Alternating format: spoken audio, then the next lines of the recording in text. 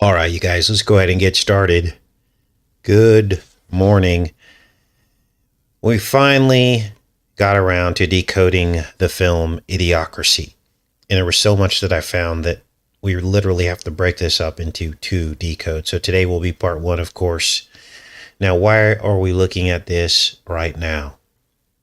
Why are we looking at a film that released in the early 2000s? Why didn't we decode this years ago? Well, because of the hyperbolized presidential race we just experienced, which of course was complete with rock stars, pop stars, and WWF wrestlers. What we just witnessed was a literal clown show. And already, I guess I just heard that Trump went and talked to Biden or is about to go talk to Biden. How is it that these people mock each other for so long, and then all of a sudden when it's all over and they've already got your consent, they pretend like they're all friends? It makes absolutely no sense to me, but it reveals the insincerity of the contest, doesn't it? And the dumbed down masses follow these people. The people who brought the lie that these cartoon characters are basically what America has to offer in terms of leadership. This is supposed to be our best and finest. But instead, we're forced to witness essentially a contest now reduced to one-liners and gotchas and who can goof on the other cartoon character the best, rather than any real detailed plans or substance about the future of America. It's sad when you can come to a YouTube channel and hear a more detailed plan laid out to solve some of these issues than you do from a quote-unquote presidential candidate. It's almost as though they've dumbed down their debates and their discussions and their explanations intentionally. And they've focused on, as I said, the one-liners, the gotchas, and who can goof on the other cartoon character the best. And I think this is why this is all happening right now. Idiocracy. All of it was on display in this movie. We're going to get through half of it today. It's time to document all of this. Let's go ahead and get started. Now, the first thing that I noticed is what happens in the opening scenes of this film. Let's take a look here. Got this pulled up. Now, they discuss basically that informed people, the smartest of us, stop reproducing in the future. And then the not so bright people reproduce out of control. Let's take a look. A process which had once favored the noblest traits of man now began to favor different traits. Natural selection, the process by which the strongest, the smartest, the fastest reproduced in greater numbers than the rest. But as time went on, things seemed to be heading in the opposite direction. Most science fiction of the day predicted a future that was more civilized and more intelligent. With no natural predators to thin the herd, it began to simply reward those who reproduced the most, a dumbing down. How did this happen? Evolution does not necessarily reward intelligence, and left the intelligent to become an endangered species. There's no way we could have a child now. Not with the market the way it is, no. No, that just wouldn't make any sense. Now, why is this happening now? Why are the most uninformed of us who celebrate one-liners and silly gaffes, why is that happening now? Well, because being uninformed is now being rewarded in America. The algorithms on social media favor empty content instead of sensible and deep discussions about how to solve the world's problems. So it makes sense that stupidity would breed more stupidity, right? It also makes sense that smart people realize that they really can't afford children in today's economy. But the most important reveal here is that the controllers know how stupid people have become. And they are now appealing to that stupidity all the way up to the White House. People are so dumbed down that they root viciously for these cartoon characters that are supposed to represent the best that America has to offer. People only respond to money. Oh, this person must know what they're talking about. They're a multi-billionaire. Substance no longer matters. Now, this is on display in the movie as well. All people are obsessed with is money, money, money, money. And because people have been so dumbed down, they actually believe that their opinion and votes matter. Now, we're going to expand on that concept a little bit more as we get through this decode. But another concept that seems to coincide with what we've covered recently is this time travel aspect that appears in Idiocracy. The movie centers around a character named Joe Bowers. And essentially he's frozen and wakes up in the future, like 500 years into the future. Now, why did they freeze him? He's in the military. They freeze him because he's perfectly average. In other words, he's rewarded for being average. So they freeze him. He wakes up 500 years in the future, which, of course, is essentially time travel. Okay. They call it the Human Hibernation Project. Let's take a look. Gentlemen, meet Joe Bowers, our first subject for the Human Hibernation Experiment. With the Human Hibernation Project, we will be able to save our best men, frozen in their prime, for use when they are needed most. Mr. Bowers was chosen primarily for how remarkably average he is, extremely average in every category. We did, however, have to come to an arrangement with her. Now, you're not going to believe this, but P. Diddy makes an appearance in this movie. What am I talking about? Well, they introduced this pimp whose prostitute is frozen alongside of Joe Bowers. And why do I compare this pimp to P. Diddy? Well, because this pimp appears with very important people in many, many photographs. Let's take a look. We did, however, have to come to an arrangement with her pimp, a gentleman who goes by the name Upgrade. Upgrade agreed to loan us Rita for exactly 1 year and keep quiet on the matter in exchange for certain leeways with the local authorities in running his pimp game, which he spells thusly. With 2 Ds, as he says, for a double dose of this pimping. A pimp's love is very different from that of a square. Jesus, Collins? It is a fascinating world, though.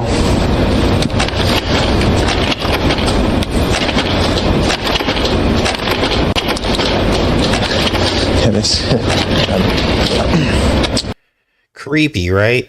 Now, this shows the connection between basically the intelligence, the military, and these prominent pimp figures that have emerged. All of this is programming to create more chaos here domestically with these role models that are dysfunctional. And there are even more connections between this Upgrade character and P. Diddy, because I did a deep dive on this. Upgrade is actually played by a real rapper named Scarface. This is him here. Scarface plays Upgrade in the movie. And he and P. Diddy were born in the same early part of November. Early November. Upgrade was born November 9th. P. Diddy was born November 4th. And they were born 1 year apart. And in fact, the two knew each other relatively well. Here's a picture of the two together. And I know P. Diddy took pictures with a lot of people, but they were often recognized together. Here's Scarface honored Diddy performs at taped BET Hip Hop Awards. This was back in 2015. So it's possible that Mike Judge, the maker of Idiocracy, fashioned this character after the P. Diddy type, who was integrated with important people, in this case, the military. Now, at this point, Joe wakes up in his pod in the future, 500 years. He finds a world where people are dumbed down to worse than animals. Essentially, it's like Planet of the Apes almost. People are so stupid that they can't even speak correctly. And they sometimes just make random noises like an ape. Now, the city that Joe emerges into looks more like Mexico, and gambling is legal everywhere. People are enticed to gamble to get things like free healthcare and, of course, death care. Dumbed down to medicine that makes people comfortable before they die, which is basically what a medicine has amounted to today, hasn't it? It's really not solving anything. It's just making you comfortable rather than actually curing something. How do we know this? Well, we know that surgery risk is higher than it's ever been, and it rarely provides a permanent cure. And these medications provide so many side effects that is it even worth taking the medication? So you're taking your chances there too. But let's take a look at this, what I'm talking about here. Soon after Cullen's arrest and the massive scandal that followed, the base was closed. Now, I forgot to mention, there's actually this P. Diddy character actually gets arrested too. He gets taken down just like P. Diddy did. Double dose of incarceration. Double dose DD. Diddy. You see the connection here? Soon after Cullen's arrest and the massive scandal that followed, the base was closed. I'm sorry, it's just, where am I? Shut up! I told you already! So this is Joe arriving out of the pod, which lands in this guy's apartment, and his toilet's literally inside of his sofa.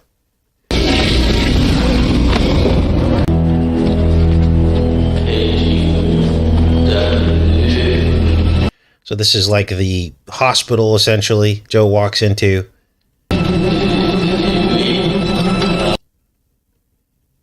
And again, everybody gambles for basic services like win free medical care, it says there. And they have everybody convinced, hey, just give us all your money back and take a chance and you can win. And this is essentially where we're at right now in the timeline with cryptocurrency, Bitcoin, gambling, legalized sports betting now that has happened since 2018 when Trump was president the last time. And that was based on a Supreme Court decision. So it's all happening now.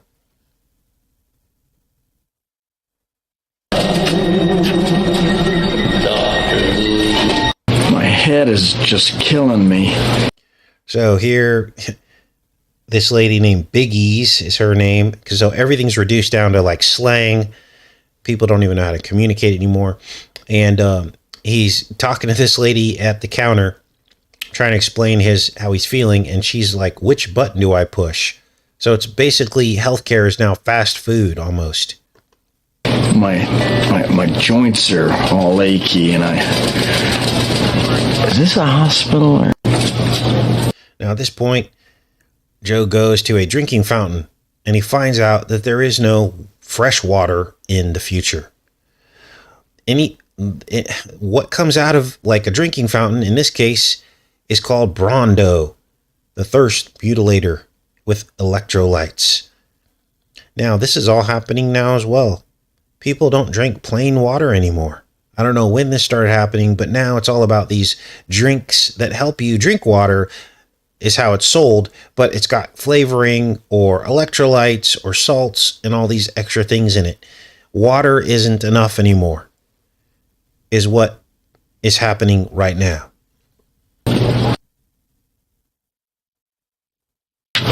Excuse me. I think this might be Gatorade or something. I was just looking for some regular water.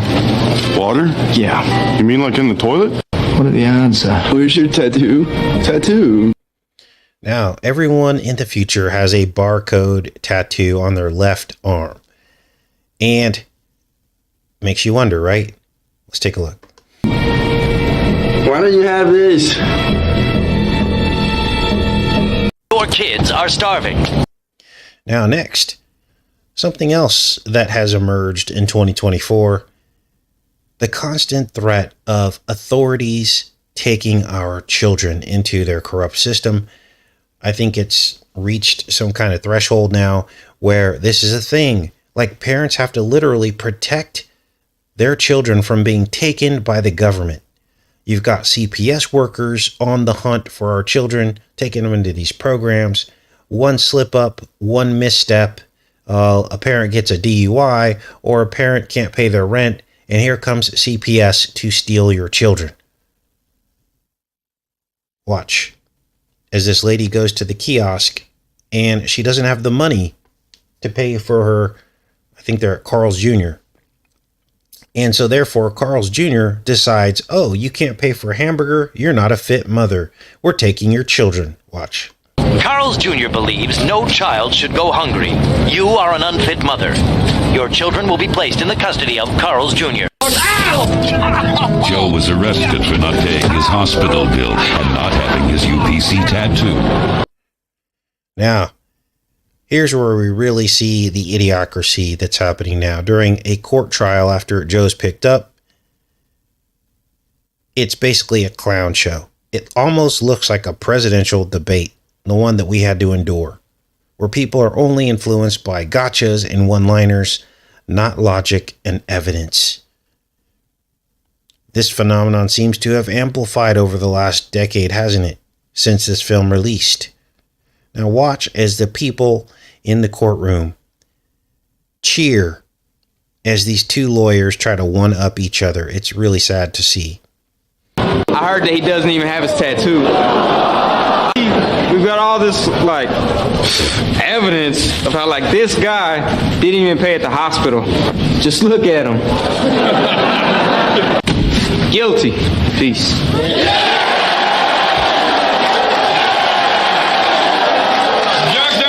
Word of an army Joe stated his case logically and passionately, but his perceived effeminate voice only drew big gales of stupid laughter. So you also notice all of these like advertisements on the wall. So the whole world is filled up with these advertisements. And this is what it's become, hasn't it? We're basically here. Now let me back up to this part here because I think I forgot this part about this electric vehicle. Let's play this back. You are an unfit mother. Your children will be placed in the custody of Carl's Jr. Joe was arrested for not paying his hospital bill and not having his UPC tattoo. Oh, okay. So what that part was Joe, they were showing the connection between healthcare and identification. And that's all happening right now as well. They have to be able to identify you, and all that's going to be linked into healthcare. Now, at this point, after Joe's captured, he's forced to place his arm inside of this machine that gives him a national ID, the real ID, basically the barcode.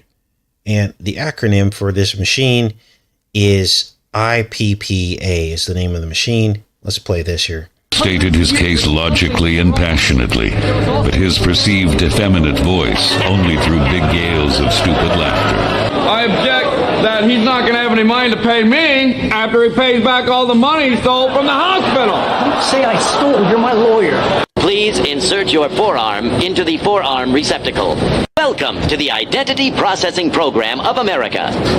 Identity Processing Program of America. IPA, as you can see here, there's the acronym. And of course, the joke here, obviously, HIPAA is supposed to be patient privacy. But when you get identified and all of your medical data is accessible by the federal government, you have just given up all your privacy, haven't you? So that's the joke here. Of America. Speak your name as it appears on your current federal identity card. Document number G24L8. A time machine for time travel. So again, this is worthy of repeating. Your health care tied into your identity. Okay, we're already at the stage now where biometrics is becoming more and more widespread. A detailed imprint of your face, and then healthcare lumped in with that. We saw that with COVID, didn't we? They were tracking those who were vaccinated. Now, what else is going on? Well, next you're going to see electric vehicles that can be turned off remotely if you've broken the law or not paid your lease. Let's take a look. A time machine for time travel. Do they have one? What? I've been thinking, it's been 500 years. Someone has to have invented a way to travel back in time by now. You know, I think they were pretty close, even in my day. Rita, I don't know how this happened, okay, but I'm doing everything I can to get it. Please pull over and wait for the police to incarcerate your passenger. You are harboring a fugitive by the name of Not Sure. Wait, what are you doing? Why are we slowing down? Turned off my battery. Turned off my battery. Now, as you just saw, Joe's barcode keeps getting scanned everywhere he goes, and it keeps alerting the authorities to his position, and therefore he is trapped. It's basically an open air prison. If you're not complying electronically with everything you're told to do, they simply turn you off. And this is what America is beginning to look like. Because once you violated the law, these biometric cameras are going to pick up people's faces everywhere. There will be no escape. And right now, you know, a lot of people I think some people can agree with most of the laws that are on the books, but there are a lot of laws with no victims, victimless crimes. And now that everything will be handled electronically, they can ticket you for victimless crimes that normally you might be able to skirt around, right? So Joe gets caught, but instead of going back to prison, he gets invited to be on the president's cabinet. Why? Because he got the highest IQ test scores ever recorded. And so next you're going to see the president's cabinet, which is essentially a clown show. Watch. Hey, stop, you're going to get us caught. Warning, Costco has detected a dangerous fugitive in aisle 16,702. Hey, what about Rita? We can't just... I'm the Secretary of State. Brought to you by Carl's Jr. Why do you keep saying that? Because they pay me every time I do. It's a really good way to make money. The Secretary of Defense. And fun bags over there is the Attorney General. Okay, so who are you? I'm the Secretary of Energy. We won a contest, got to be a cabinet member. Yeah, dumbass, you're even smarter than President Camacho. That's how come he's making you Secretary of Interior. And that's Secretary of Education. It's kind of stupid, but he's President Camacho's stepbrother. Still does a pretty good job, eh? So this is the world we live in now, you guys. We are living in idiocracy. That brings us to about halfway through the movie.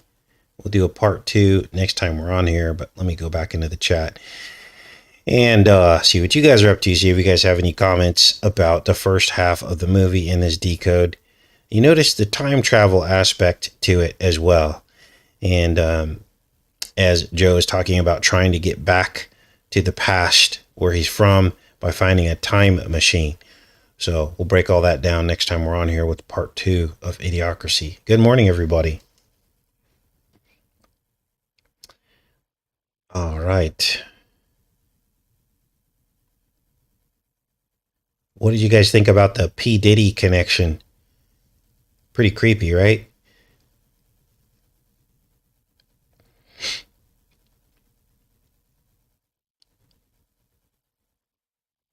All right. Oh, I've got some great news. Max is going to come back and stay with me. You know, like I said, he had a falling out with his mother. She got really upset at him because he did not vote and accused him of being the reason why she might be deported. Can you believe that the Democrats are now putting that fear out there that people that have been here for 20, 30, 40 years are in danger of being deported. We're entering some crazy times, you guys. Crazy times. So I'm glad to have him back. He'll be back just before Thanksgiving. And he needs to just check out for a while. He's going through a really tough time. Some things didn't work out. I won't give you the details, but, he's always had a pretty, I don't know. He and I sat down and talked when he was here the last time, and we talked about parental alienation, which was happening with him and his mother for the years that I didn't get to see him. And he had come to a realization of what had happened. And I'm very proud of him for how mature he was at such a young age, understanding the truth about what happened between his mother and I. And it was very humbling because I wasn't even that emotionally intelligent and mature at that age. Yeah, I was raising a family, but in a lot of ways, I was emotionally unintelligent when it came to how the world works and how people manipulate you. And so to hear his level of maturity and his understanding about the truth about parental alienation, that just humbled me. I was like, wow, son. So if any of you are going through that, I know we're coming up to the holidays. I don't really recognize the holidays, but I know a lot of people still do. And this can be a really tough time for dads who don't get to spend time with their kids because of their exes and vice versa. I know this isn't just a one-way street. Parental alienation happens on both sides of the aisle, doesn't it? And I'm just saying a prayer for all of you who are going through a time where you're separated from your kids. And a lot of people who don't have kids or who don't understand this, or who maybe have a successful marriage and you have your kids with you all the time, people won't understand what this feels like, to go from being around your kids every single day to not seeing them at all. And sometimes the situation is toxic with exes stealing time away that you can never get back. So I've been blessed that now my son is an adult and I get some of that time back with him. So I'm just saying a prayer for all of you guys out there. I know that was probably one of the hardest things I ever had to go through, was going from being a full-time dad to a 10% dad. You just can't make up the time when you only see your kids every other weekend. It's impossible. It changes the landscape of your relationship with your children. No matter how hard you try, it just does. And so God is good though, and my son understands me now. There is no question in his mind. Now as an adult, he's had time to spend time with his mother and his father, and now he knows the truth. And that, I never thought I would see this day. I just thought my children were lost to me, but now they know the truth, and that is amazing. So I always think of the story of Solomon, and when the two mothers were brought before him, arguing about the baby, and the true mother was willing to give up her child. And Solomon knew, because God had granted him wisdom, Solomon knew that that was the true mother, because the true mother would want the child to live rather than be split between the two. And that's kind of the process I had to go through with my children. I had to let them go to get them back. So things aren't always cut and dry when it comes to family relationships and relationships with your children. Don't ever, ever, ever let anyone from the outside in judge you for decisions and choices you've had to make to preserve your own sanity, but also to do the right thing. So, and just be there for your kids when they need you. That is the most important thing. That is the most important thing. Anyway, I don't know how we got off on that tangent. Tonette says, moving in with my dad at 15 saved my life. That's amazing, Tonette. I appreciate all of your guys' testimonies about what you've been through with that.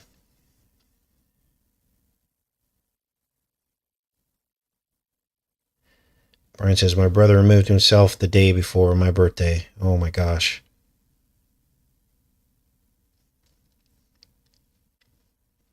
Just to give you a little insight to Max, he's an amazing human being, but it's almost as though his mother doesn't recognize that in him. She just keeps pushing him and pushing him and pushing him to achieve something in this life. And this life isn't for everybody. I mean, there are probably some of you in the chat right now who maybe feel like you failed in life, but do not feel that way, because this life is not the life we're supposed to be living in. And this is why it feels unnatural to go through some of the steps that our construct tells us that we're supposed to go through, right? In other words, they set these goals in front of you that are either unrealistic or impossible to achieve, or that saddle you in debt. And this life isn't like a cookie cutter. We're human beings and everybody's different. Some people can achieve certain things and some can't. Some fit into this matrix better than others. And so that doesn't make you a failure, okay? It just makes you human. And I can tell you that my son's incredible. When he was here with me, there were never dishes piled in the sink. He loved to cook. We had some of the deepest conversations. He was responsible, but the devil just attacks some people, and he breaks you down and tears you down because he wants you to just end it all. That's what the devil wants, right? But that would be the easy way out. We have to endure till the end. And so, if you fail and you feel like you're failing, it's not your fault. It's the system and the way it is, okay? It's the system, basically the enemy, waiting behind the corner to make you fail, to make you give up, to make you not see value in this life, and just do not let him win. The good news is, going through all this, his belief in the Lord has increased. And he said he can't hear the Lord yet. And I said, stay with it, son. And I'm confident, I have faith that once he's here, the Lord will start answering his prayers, because he already did. The fact that he's coming back, so he's going to be okay. He's going to be okay. But, yeah, Max is an incredible young man, and I can't wait to help guide him through whatever time we have left. We don't know the future. Only God does. But the Democrats are imploding silently. They're not showing it in the headlines, but they are triggered by this whole abortion thing and this whole deportation thing. And, obviously I just shared with you that, I just won't give you too many details, but yeah, that's what he was accused of by his own mother. So that's insane. I couldn't even believe it. That was the last thing I expected to hear, but that's what happened. So thanks for all the prayers, you guys. I know a lot of you are going through much worse stuff. And so I almost feel guilty sharing with you my minor problems, and my minor things I struggle with, because I know that some of you are dealing with, really bad stuff, on the verge of homelessness, or homeless, dealing with loss, death, illness. But by sharing our stories, and you guys have a platform to do that here, obviously in the chat, we can encourage one another, right? It's edifying, because we know that other people are going through things too. And we pray for one another. Yeah, I'm really hoping that I get to process a deer with Max, and, I think that'll be a very enriching experience for him. So, yeah. Well, you guys are amazing. I'm going to pop off of here. Probably go sit in the blind for a bit. It's a chilly morning. I see wildlife running around. And I will see you guys, maybe not tomorrow, but the day after for sure, with part 2 of Idiocracy. Much love, everybody. Take care.